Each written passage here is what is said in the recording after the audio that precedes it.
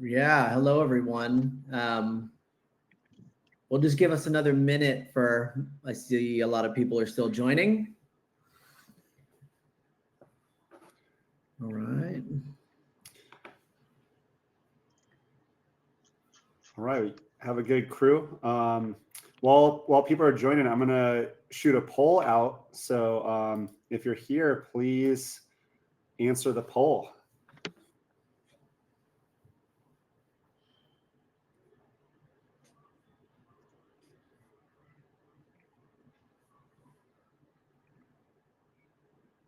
All right, we got answers pouring in like crazy. This is awesome. Okay.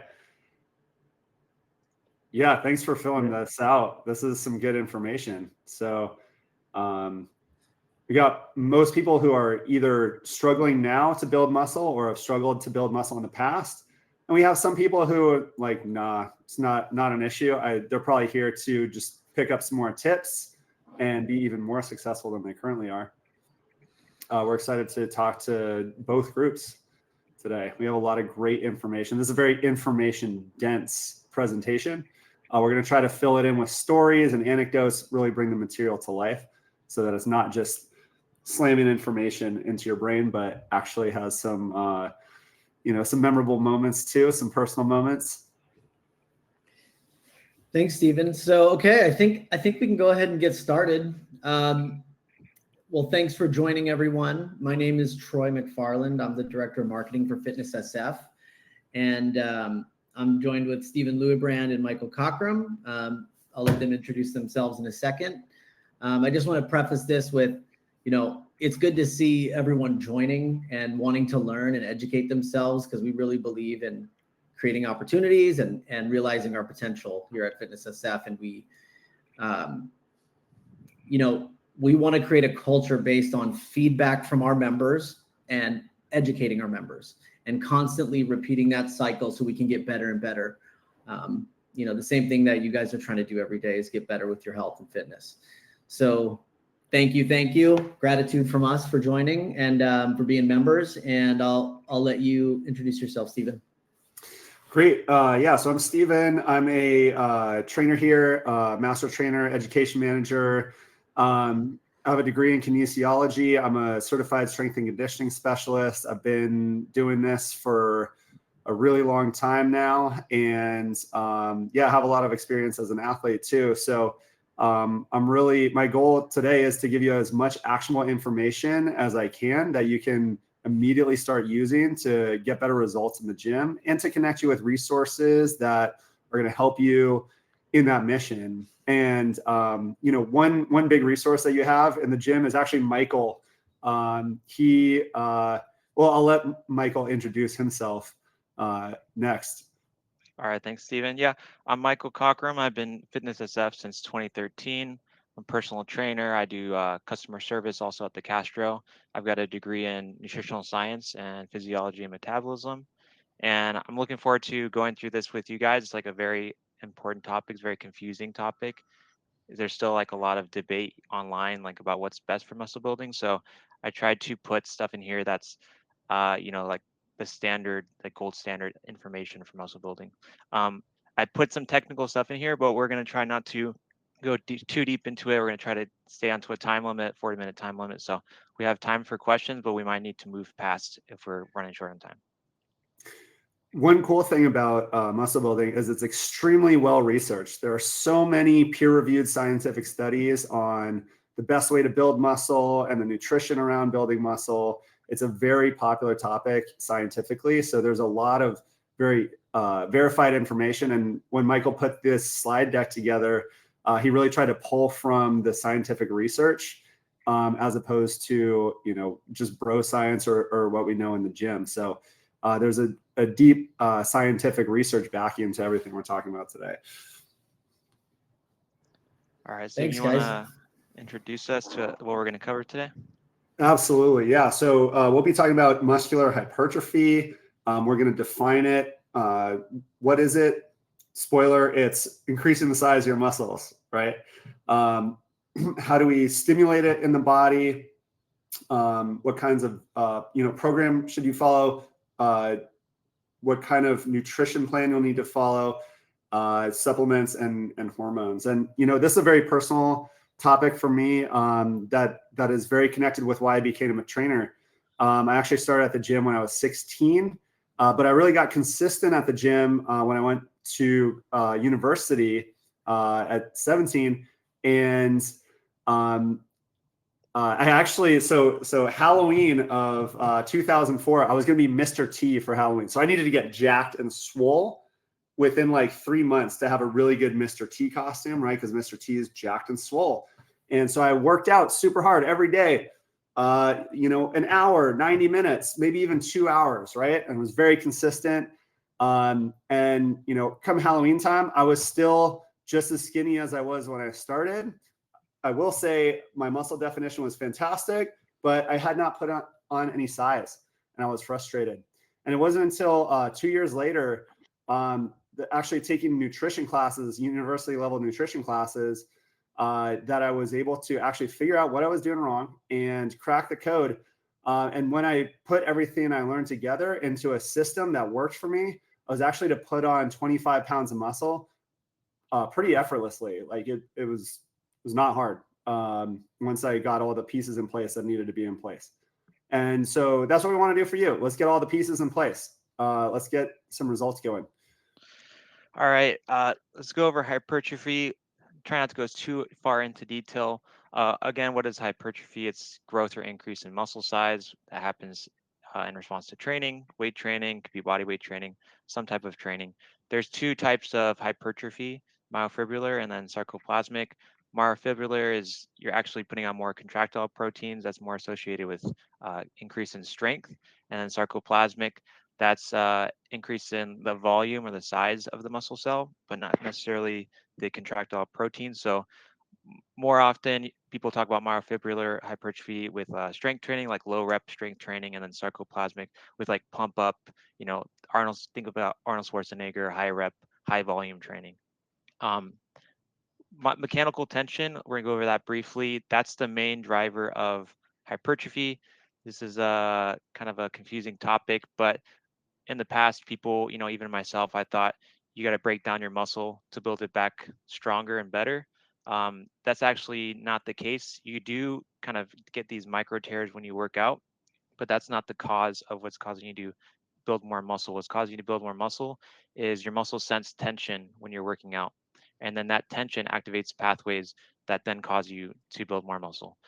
We're going to go on to the next slide. If Another I thing could that just helps. jump in for a second, Yeah, Michael, a go great ahead. way to think about it is stimulus and response. And so training is just a stimulus we place on the body.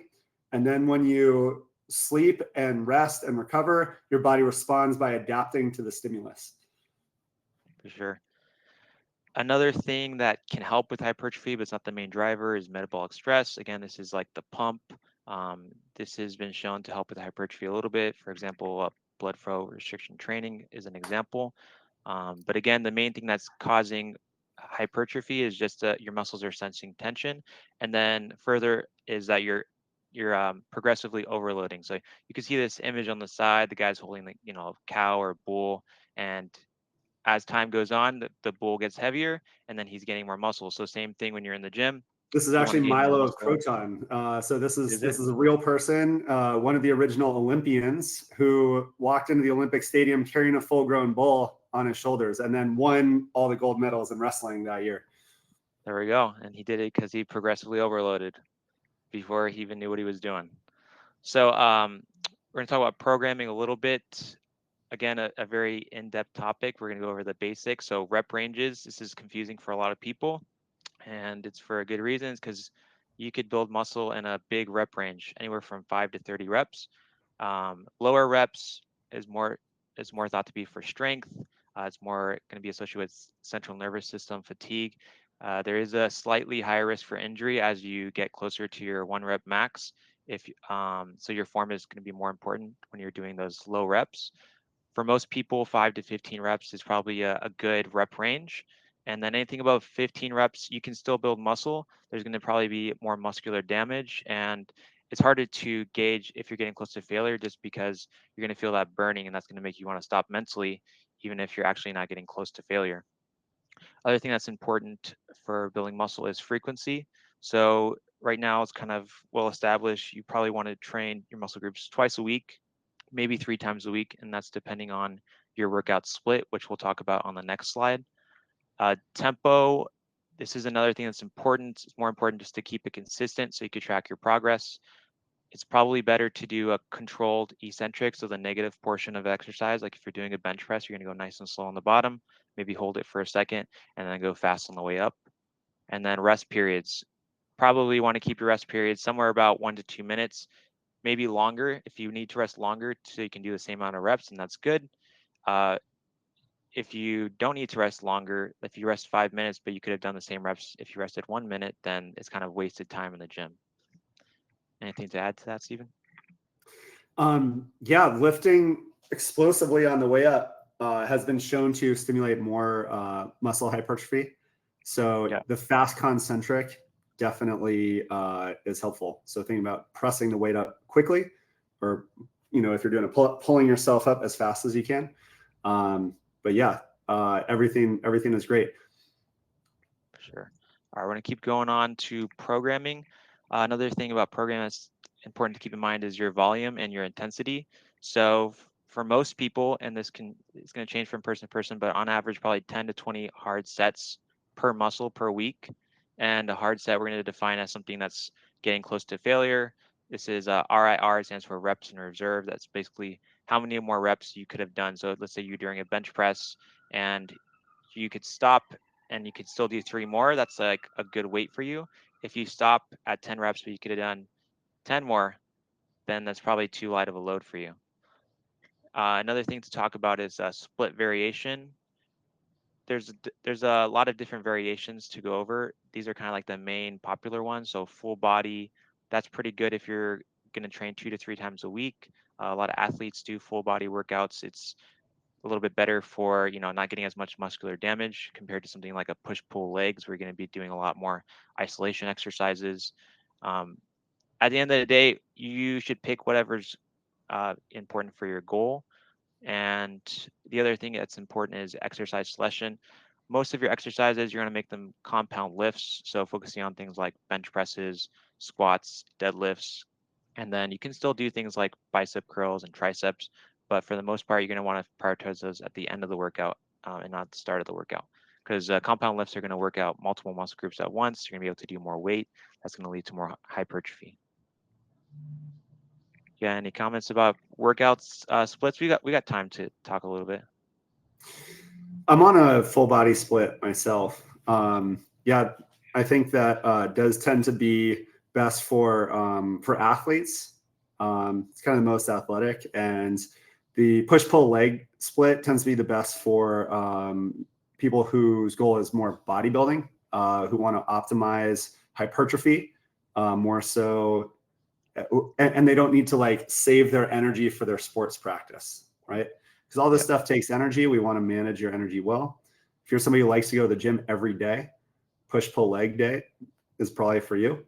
If you're somebody who maybe you do a sport outside of the gym or you're into other activities, that full body split is probably going to make a lot more sense. For sure. All right. Briefly, nutrition for hypertrophy. Here's some main important things to keep in mind. So calories, you want to make sure you're eating at least your maintenance calories. And if you're not sure what your maintenance calories are, that's something you can easily find the calculator online. And we're going to give you some tools at the end, and these tools will actually allow you to, one of the tools will allow you to figure this exact thing out. For sure. Yeah, Eat Love is a good tool for that. A lot of people, in the past has thought you got to bulk and cut, and that can help, just because if you're in a bulking phase, you're going to probably be a little bit stronger. It's going to be easier to build muscle. In a deficit, it could be harder to build muscle. You still can build muscle in a deficit, but the thing about being in a deficit is you're probably going to be weaker, so it's going to be harder to progressively overload your exercises. And then when you're also in a deficit, things happen like your cortisol is higher. So if your cortisol is elevated, you're going to be breaking down muscle mass more readily. Protein. This is pretty much everyone knows the standard, like gold standard rule. Try to aim for 1 gram of protein per pound of body weight. That's good good general rule, especially if you're in a calorie deficit. You want to keep your protein higher because, again, you're going to be breaking down some of the protein you're intaking just for energy. And then also, you're going to be, again, when you're in a deficit, you'll probably be breaking down some more muscle mass. So it's going to help you spare that muscle mass. The other thing that's important besides protein is the amino acid leucine. So you want to have about 3 to 4 grams per meal, or for most people, it's going to be something about like 10 to 12 grams per day. That's something that kind of triggers your body to build muscle. So if you want to know how much leucine you're taking in a day, that's something you can use. Again, it's one of the tools we'll cover at the end. Eat Love. You can put all the food you're eating in. It's going to tell you not just the protein you're eating, but it's going to break it down by amino acids. So you can see, all right, I'm eating 6 grams of leucine a day. You need to get that up if you want to optimize for hypertrophy. And then protein, for most people, 20 to 30% of the calories coming from protein is going to be a good range. Carbohydrates. Carbohydrates and fat is kind of more dependent on your preferences. So some people like to eat low carb. Some people like to eat a high carb. It does seem probably like high carb could be better just because you're going to have more glycogen. You're going to have more of that short-term energy for ATP. And also when you eat a very low carb diet, your body still needs glucose. So if you're not taking in carbohydrates, your body's going to use protein and convert it into glucose. And then if you're not eating enough protein, your body's going to use your muscle mass and break that down and convert it into glucose. So another reason probably why if you don't want to have a high carbohydrate diet, you probably want to have some carbohydrates. Carbohydrates don't make you fat. If you're not eating a calorie surplus, they don't give you diabetes. Those are all some myths that people still think. And then fats. Follow a guy online. He considers carbohydrates to be a performance enhancing drug, which I think is pretty funny because carbohydrates do help you perform. They give you energy. The other thing carbohydrates do is they spike your insulin level. And so, you might think, oh, that's bad. I want to keep my insulin levels low. But if you're trying to build muscle, insulin is one of the most anabolic hormones that there is. So if you're trying to build muscle, you want some insulin spikes because that's going to get your body to build more tissue. And you can get that by having carbohydrates. So if you're concerned about your carbohydrate intake, one thing you can do is put your carbohydrate intake right before and right after your workout. And that way you're still fueling through your workouts. And then you can go low carb the rest of the time. But for anybody who's trying to build muscle, I would recommend a quote unquote high carbohydrate diet, not a low carb diet. For sure. Fats, everyone needs fats. You should be eating fat. If you're eating a very low fat diet, you're not going to be able to properly produce the steroid hormones that you need to, like testosterone and estrogen. And then also you need to be eating fats to properly absorb your fat soluble vitamins like vitamin A, D, E, and K. And those also have effects on your testosterone. Again, like I said in the start, fat and carbohydrate, these can vary, but protein and calories, your body burns a certain amount of calories. So that's something that's going to be pretty consistent for you. And then protein, no matter if you're in a deficit or surplus, there's that general range of like 0.7 to 1 gram per pound of body weight. So for most people, those are going to be the consistent things. All right. Supplements. Anytime you meet with a client, they always ask you about what supplements you should take. Mm-hmm. This is also the biggest question we get in the Eat Love webinars as well. Everybody wants to know, okay, supplements.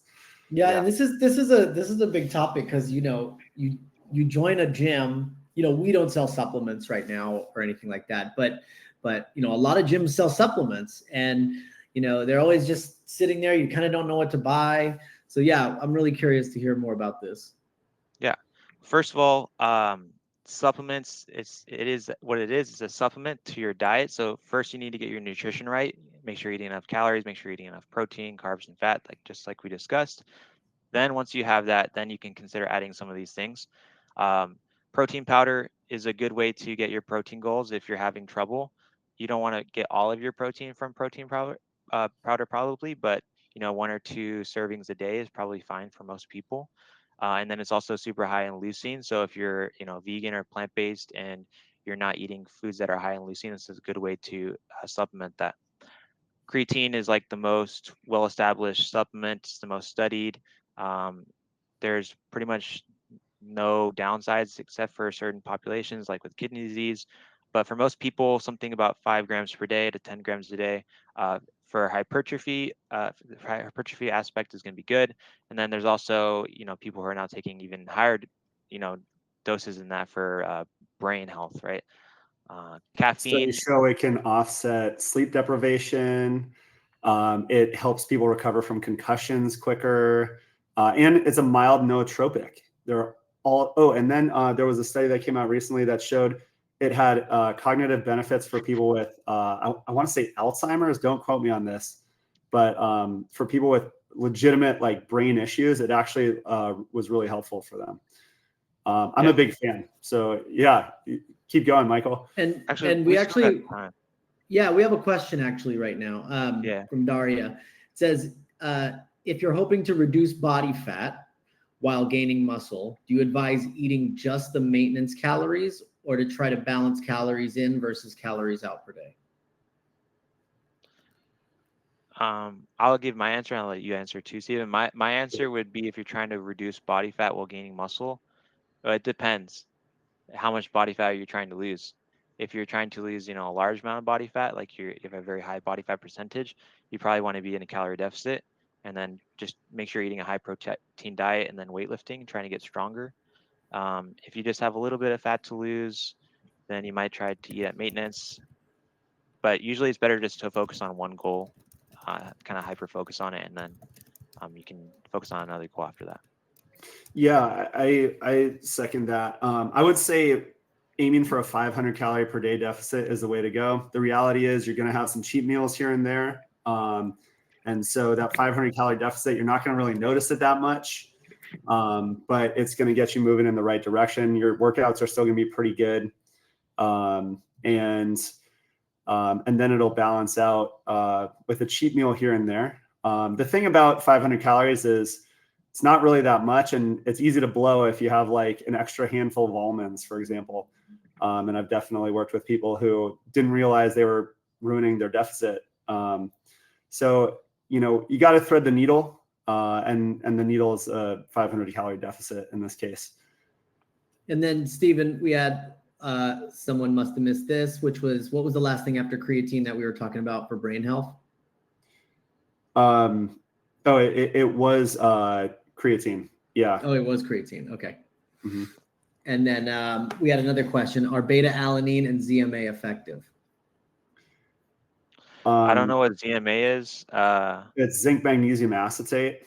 So Okay. it's basically a zinc and magnesium supplement. So is it effective? Yes, it's effective because you're supplementing your zinc levels and your magnesium levels. If you're deficient. Now, I'll tell you, most people are deficient in magnesium. It's very common for people to be deficient in magnesium. And most people are also deficient in zinc. And those are two minerals that are intimately linked with testosterone production in the body. So ZMA is generally a pretty good one if you're low in magnesium and zinc, which a lot of people are, right? And then beta-alanine is what's the word that I'm looking for? Vasodilator. There we go. Okay, so it's going to enhance blood flow. So you're going to get bigger pumps and better oxygenation during workouts. You might be able to bang out another couple reps. So beta-alanine, again,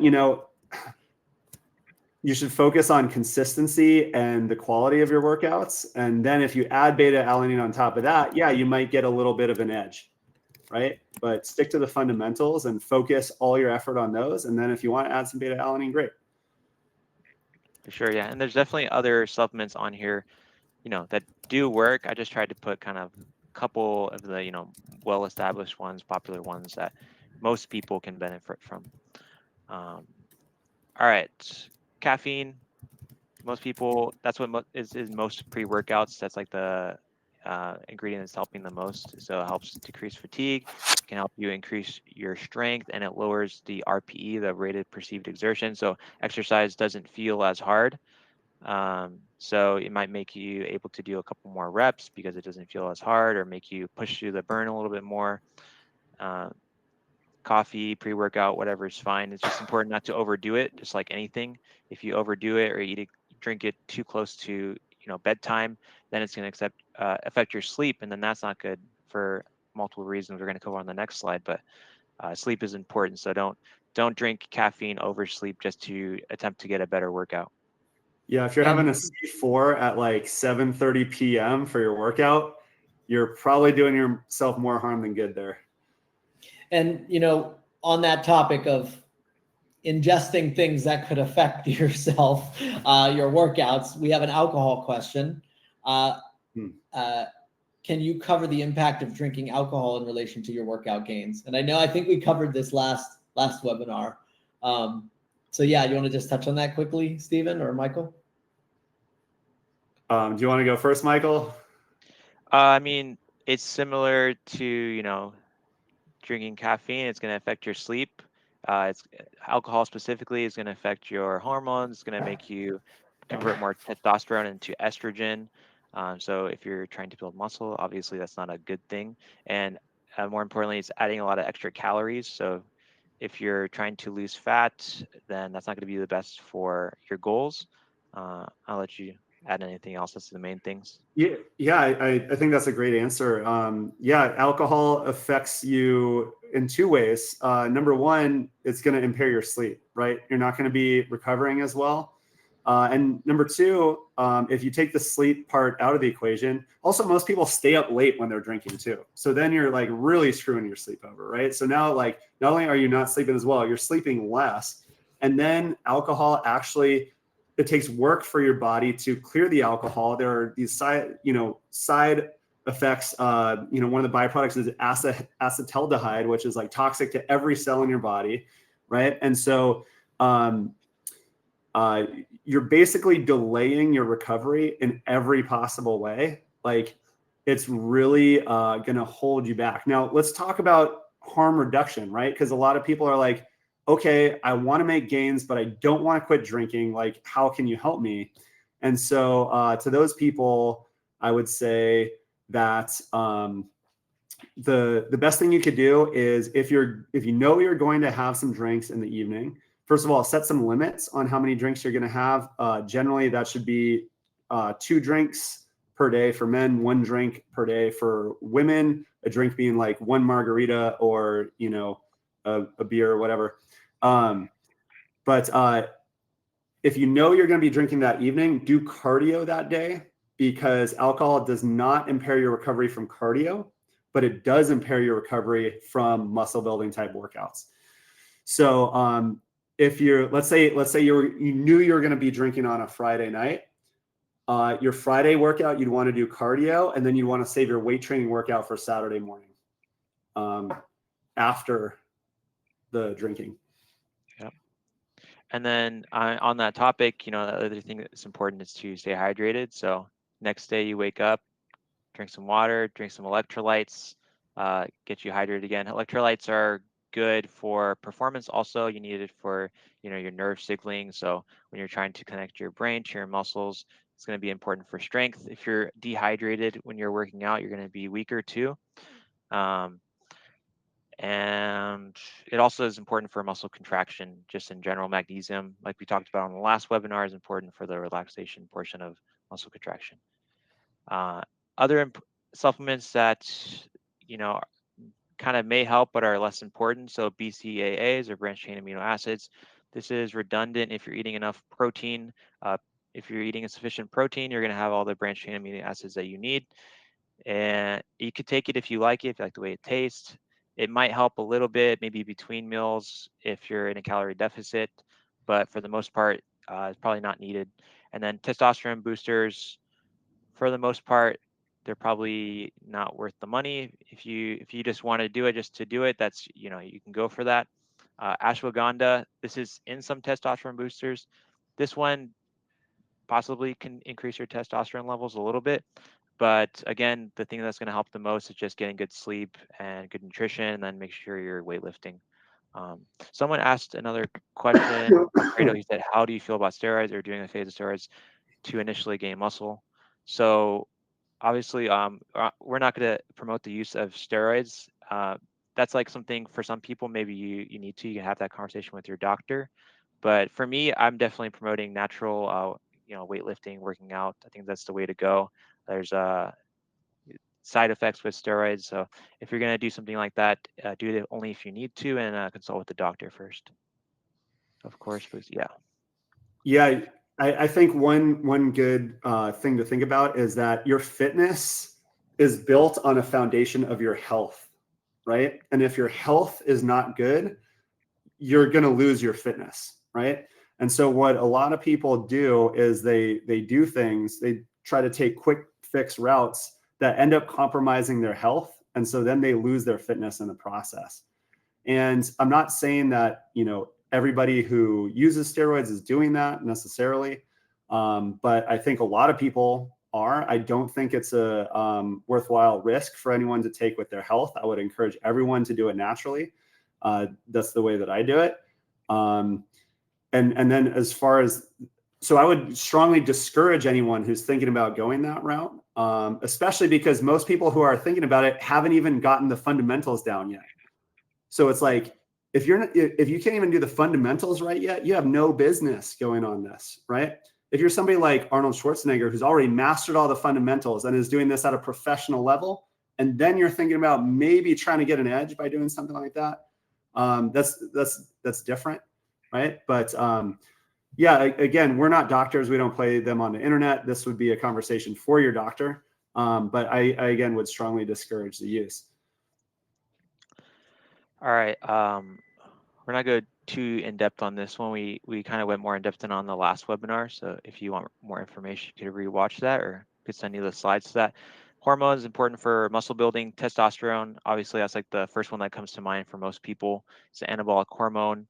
Some things to keep in mind: it decreases during stress. If your vitamin D is low, it can also affect your testosterone.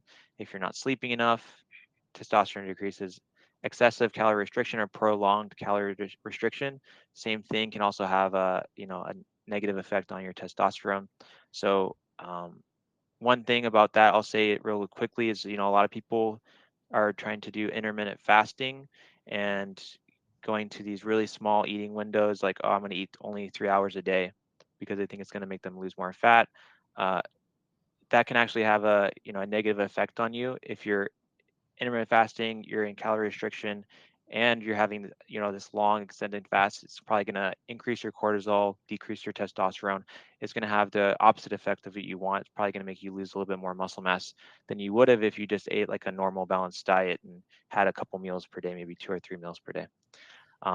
Other things to keep in mind: SHBG, sex hormone binding globulin. It's a protein that binds to sex hormones like testosterone. Your body can use the testosterone that's not bound to the protein. So if you have higher HBG, then you effectively have lower testosterone. And you can find out your free testosterone level through a blood test. Cortisol, it's a catabolic hormone, whereas testosterone is anabolic. So cortisol breaks things down. It breaks down muscle mass to convert it into glucose. It also does help break down fat. It's normally elevated in the morning time, but in people who don't get a lot of sleep, or they're stressed, or they're doing too prolonged of a calorie restriction, then it stays elevated throughout the day. And then that's going to be counterintuitive to your goals. So that's something you want to try to optimize. And vitamin D, we discussed this in the last webinar. A lot of people are insufficient, somewhere between 50 to 70%. The percentage is higher in San Francisco just because of where we live. And it's also higher just because we've got a lot of clouds. People are wearing clothing, they're wearing sunscreen. So all these things kind of inhibit the conversion of cholesterol to vitamin D. And then last thing, growth hormone, IGF-1. I probably could put insulin too, but all these things are increased from weightlifting and exercise, and they do help you build more muscle. It's a kind of natural response to weightlifting. And you got anything to add to that before I move on? Yeah, a couple of anecdotes. Start with vitamin D. So if we flash back to the pandemic for a second, studies showed that vitamin D status was highly correlated to severity of COVID-19 symptoms. So that people who had sufficient levels of vitamin D tended to see like much milder cases, and people who had insufficient vitamin D got hammered. And so, we can see how vitamin D is important for health, not just for muscle building. Most people are deficient. So it's one of the first supplements that I recommend anybody get on. Definitely a good one. The safe upper limit to take is 5,000 IU per day. So I would say don't go above that level. Most people take somewhere between 1 and 5,000 per day. Cortisol. If anyone here has the experience of feeling tired all day and then you're exhausted when you go to bed, but then you lie in bed awake, staring at the ceiling, feeling wired, and you can't sleep, that is because your cortisol cycle is off and you need to reset it. So if anybody here resonates with that experience, pay special attention to cortisol, and you're going to want to learn how to reset your cortisol cycle. That's pretty much it for this slide. Oh, and then just going back to the steroid question, pretty much all steroids work by boosting testosterone levels at the end of the day. So testosterone is a very important hormone related to, muscle protein gain. It's very anabolic. And in fact, people who are on steroids, they can work out in really dumb ways and still see results because it's just so powerfully anabolic. Yeah. I'm gonna answer a quick question from Robert. Thoughts on ways to get natural vitamin D and magnesium? To get vitamin D, you need to get sunlight. You can get it from some food sources like fish or mushrooms that have been exposed to the sun, but it's pretty hard to get your levels up if you're deficient from those ways. You don't have to worry about peeing out vitamin D. It's a fat soluble vitamin, so any excess is just going to be stored into your fat. And then magnesium. Vitamin D, Yeah. in order to get your daily allowance naturally, you have to spend at least 30 minutes in the sun per day, mostly naked. So who has time for that? I don't think you do. So we have a couple minutes left, so maybe we want to get to the next slide, and then we'll try to get to we have a few questions coming in. Yeah, just a quick summary. I want to go over the main points because there's like a lot of information. So hypertrophy, the main driver is mechanical tension. Your muscles sense the tension, and then you need to progressively overload your exercises to gain muscle. And then programming for hypertrophy, aim for 10 to 20 sets per week, train close to failure, hit your muscles 2 times a week, and then pick whatever split works best for you. There's no, one best split. Nutrition, balanced nutrition. You want to get enough protein, about 1 gram per pound of body weight. Eat carbs. You should eat carbs. You need it for glucose, glycogen. You need your fat for your hormones, and then make sure you're eating enough calories if you want to build muscle. And then supplements, protein powder, creatine, caffeine are all good ones. There's some other, ones that were mentioned, maybe some zinc and magnesium, electrolytes. And then hormones, these are affected by your lifestyle habits a lot. So sleep, nutrition, and stress management are all important to keep in mind also, in addition to your weightlifting. And then this slide here, we just wanted to tell you about some things that you guys have access to as members. So Michael, why don't you run through these really quick? These are the tools that we talked about, guys.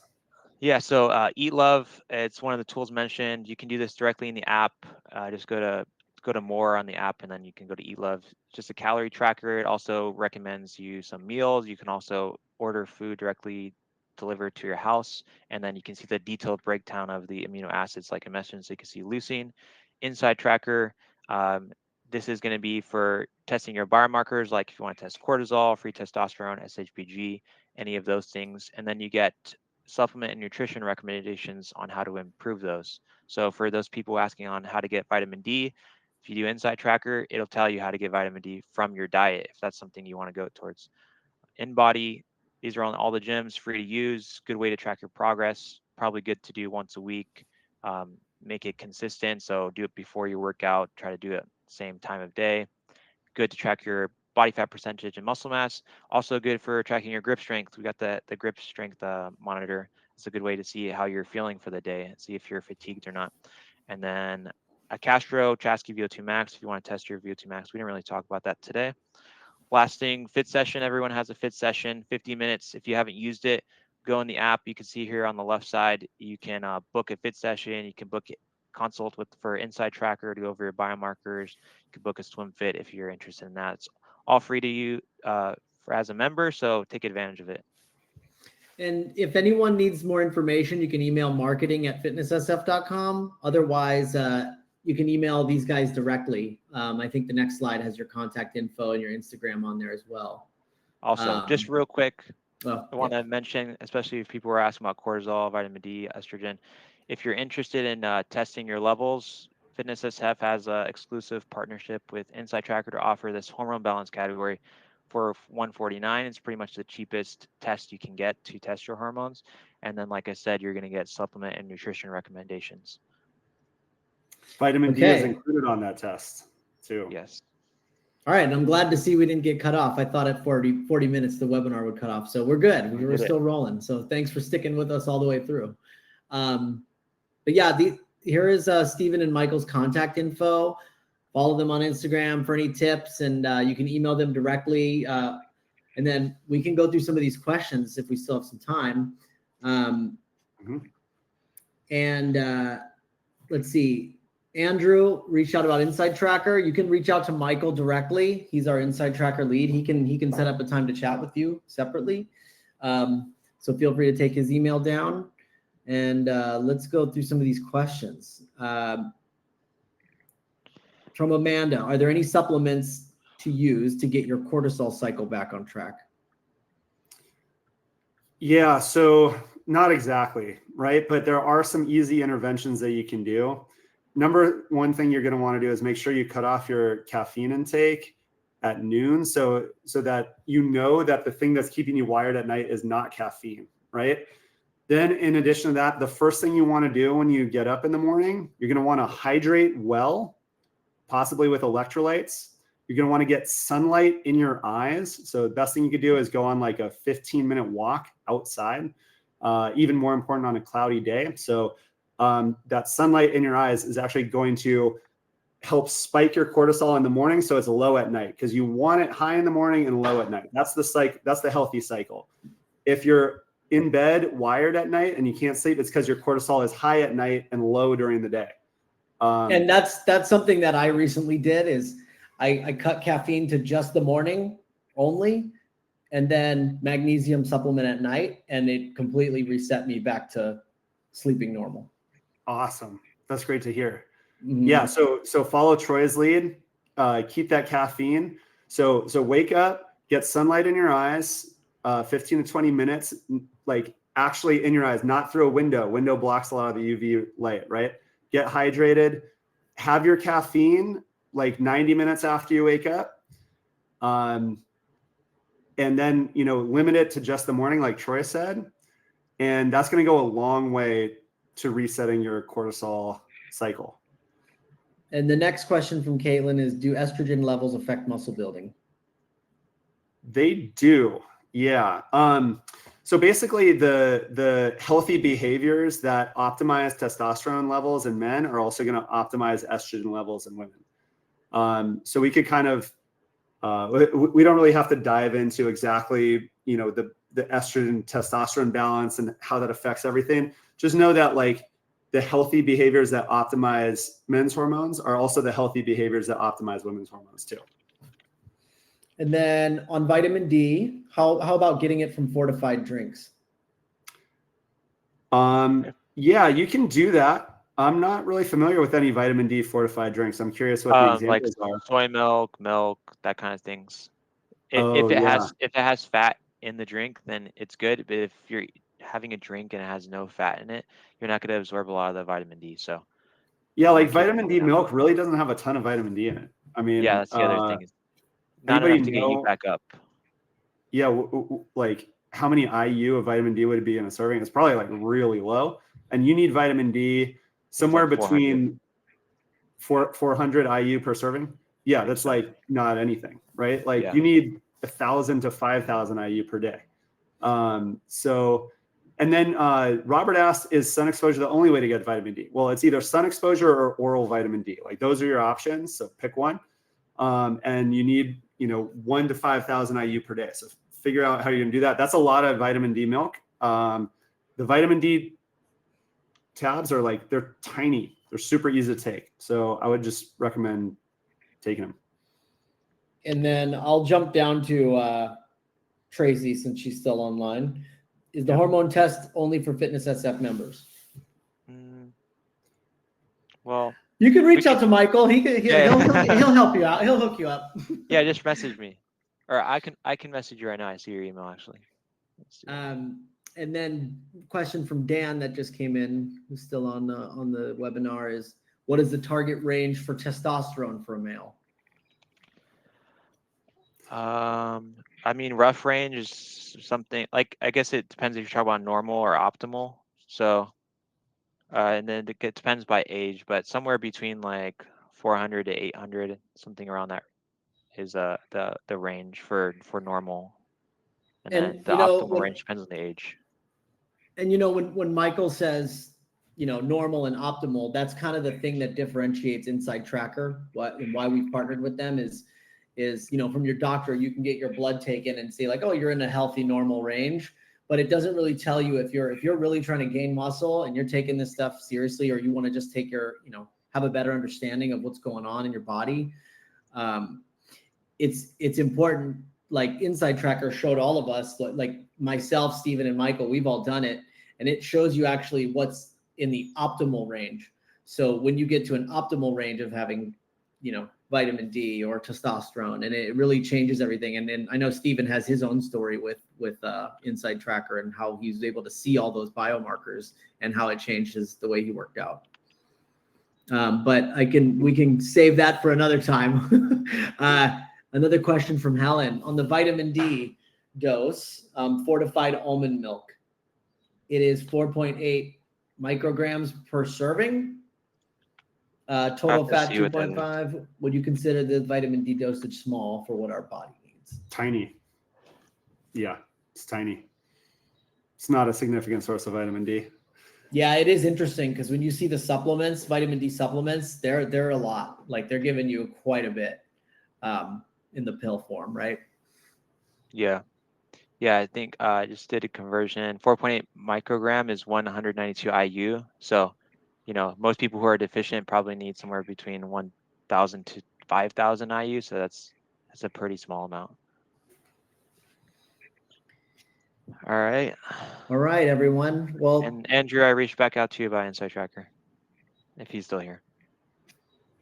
Well, thanks everyone. I'm glad we had a pretty good crew that stayed till the end. So we appreciate that. We appreciate you knowing that you guys wanted to be educated and you want to continue to learn. We're all about it. So many great questions. Yeah, thank you all. We love doing this. We love teaching and educating and building communities. So, we're all not just online, we're in the gym. So you can go to, Stephen's at Mid-Market, Michael's at Castro, stop by, say hi. But yeah, we will see you all soon. Look out for the next webinar, whether it's with Eat Love or ourselves. All right. Thank you, everyone. Thank you. All right. Take care, everyone.